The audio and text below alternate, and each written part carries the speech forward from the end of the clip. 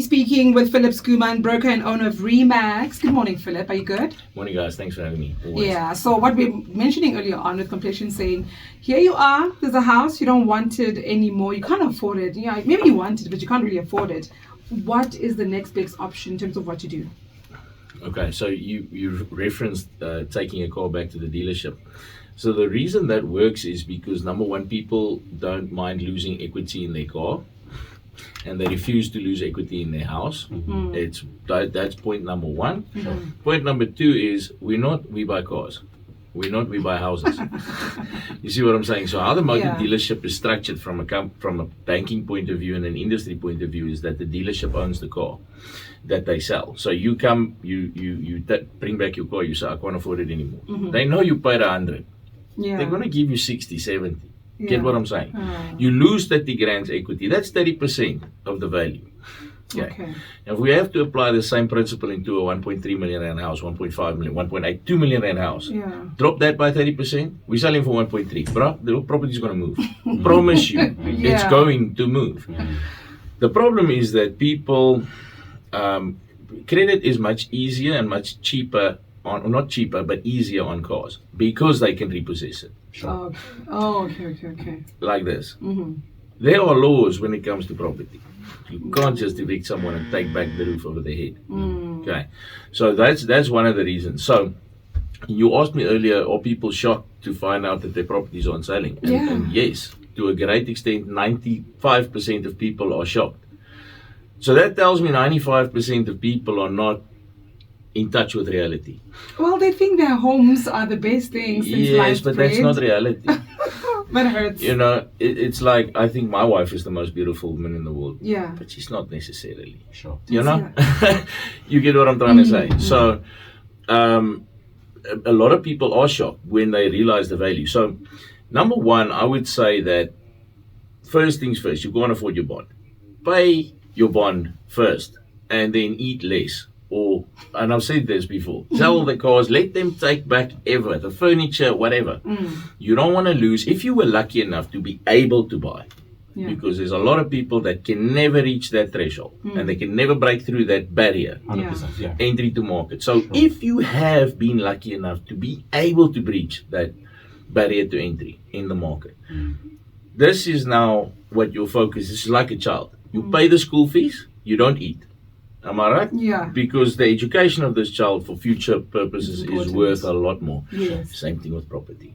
Okay? You're supposed to view the importance of your property in your income statement as the most important thing. You don't want to lose this. All right. You make your money with property when you buy, not when you sell. So, and I've said this before, so the point is when you want to sell, the entry and exit costs to the market are expensive. The real way to make money with property is long-term ownership. We've said this. So, that's what I'm saying. But not paying your bond should not be an option. Not eating is the, we should have discussions about not eating. How do I get rid of this? How do I cut my insurance? So we have a client now, she's earning like 80 grand a month, but she has a fear of dying. So she has like a 30 grand life insurance policies, all of them. Every time an insurance consultant phones her, says you're going to die, she takes out another insurance policy. Wow. You get what I'm saying? So bad financial management from people in the market is also causing this. It's poor financial education. People should be making the right decisions and paying your bond. This is why it's important. I would say it's the last thing you don't pay. Sure. Skip the school fees. They're not going to kick your kid out of school. Your house will be taken at some point.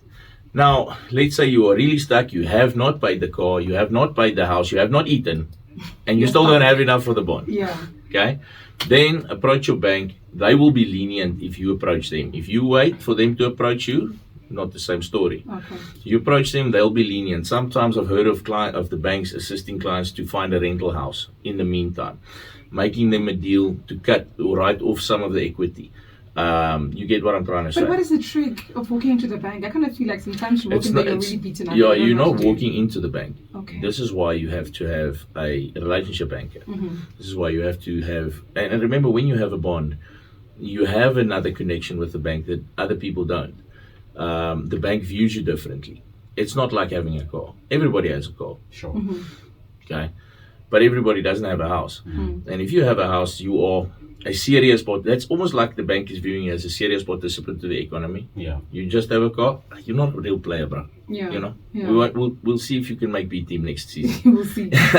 You know, but the property owners of South Africa are the A team from the bank's point of view. And I had this discussion yesterday with a very wealthy client, 2 days ago, with a very wealthy client of mine who's also, and he has many properties and Maybachs and, you know, Yeah. the bank is threatening to fetch my Hilux. The bank is threatening to fetch his Maybach. Oh, Philip, remind me to make you sign a non-disclosure next time.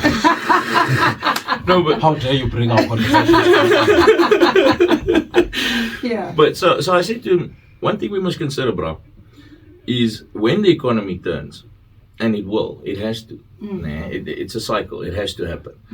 It's just about when. It's a war of attrition until then. Who lasts the longest? Yeah. Now, one thing we got to remember is the bank was willing to give you access to 100 bar in credit before, okay? And where I was, call it $1 million, okay? The bank is not viewing me on the same level as they view you. Now, you bribe with these people. You get what I'm saying? Yeah. I don't. The next time the economy recovers, who are they going to look at uplifting the economy? How are we going to fix the economy? Yeah. We make access to credit easier on the people we know can manage hundreds of millions of rands. True. You're not going to give 100 bar to somebody who can't pay his car. I hear you. You get what I'm saying? So the bank it's in the bank's interest to save all of the clients that own property. I'm going to say that again. It's in the bank's interest to save all clients that own property. That's a relief to hear. Yes. Yeah, it's a relief to hear. And there's not a lot of Maybachs in town, so I pretty much have an idea of who this guy Oh is. my goodness. No, We're going to leave our conversation here. We're closing it. Thank you so much for that. Shout out Matung, how you doing, bro? It's not Batu. Broker and owner of REMAX, Philip Skiman, thank you. Cool. He looks like